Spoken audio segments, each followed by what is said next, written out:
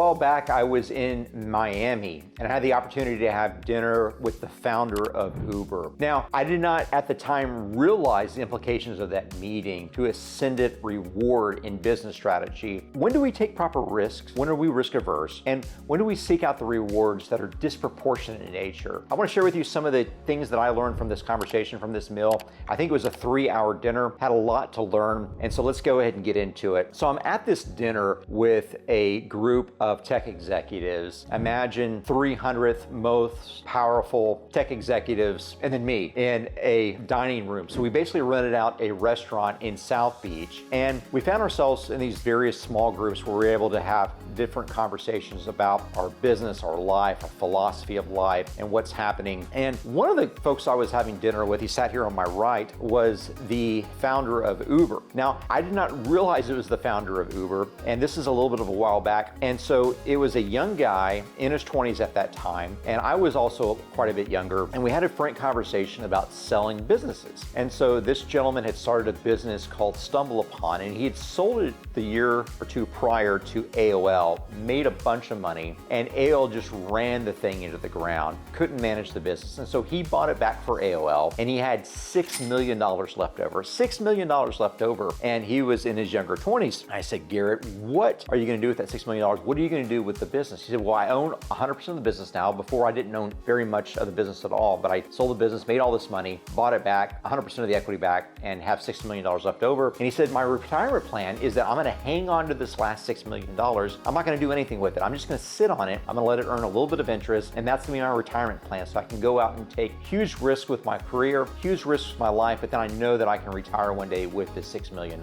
Now, this is something that's very, very atypical from a tech entrepreneurial basis, is that someone's planning on saving their money, saving their capital. And so I questioned him about this a few times and tried to figure out what his thinking was behind that. And he was just very, very risk averse, honestly. And the guy came from a great family, I believe he was out of Canada, and just wanted to be responsible with the wealth that he was custodian with as a younger adult through this AOL transaction. And so we had a great 3-hour dinner that night. There were a lot of great guys that were at the dinner. I think Tim Ferriss was down at the end of the table.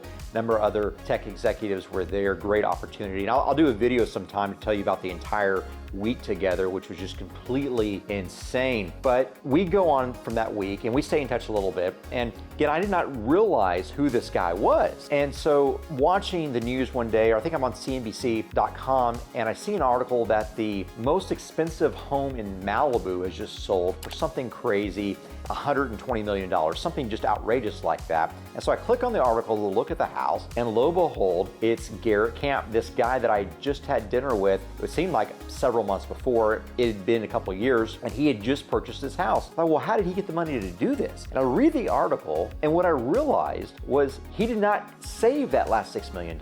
He found an opportunity and invested that last $6 million and started a company called Uber. He was the founder of Uber with his last $6 million. And of course, as we all know, this has become a juggernaut, not only in the tech industry, but also in the transportation industry. The deplatformization, the deregulation of the share riding industry. And it's been something very, very massive. And so I was shocked to see that he did this, that he basically went against his own rule, went against his own advice of saving the capital, and made one huge, massive strategic bet. And I think this is something for us to learn from, in that it's okay to take disproportionate risk when the disproportionate reward is on the other side of it. That we take risk, but we also take into account the reward on the other side. We do not take massive risk for small rewards. We do not take massive deleveraging risks for small rewards. When we have a massive reward on the other side, it's okay to take smaller risks. And from his standpoint, the last $6 million was just a small risk, a small bet to revolutionize the world. In his case, the bet paid off. And so here he is in his 20s, moving into this $100 million Malibu mansion, probably a top 50 wealthiest person in the world now, definitely a billionaire because of that one strategic bet. And so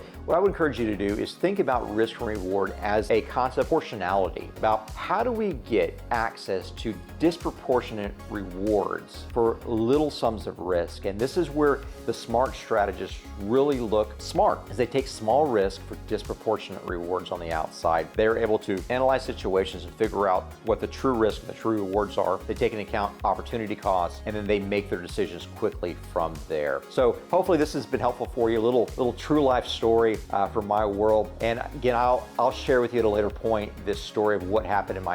It was just absolutely nuts with GQ parties and all these other tech executives. Love to tell you about the type of drugs they were taking, the types of parties that they would go to, the types of cars that were there, the types of sponsors that were there. Just completely outrageous. But hopefully this has been helpful for you in conceptualizing the idea of risk and disproportionate reward through my dinner with the founder of Uber. Thanks, guys.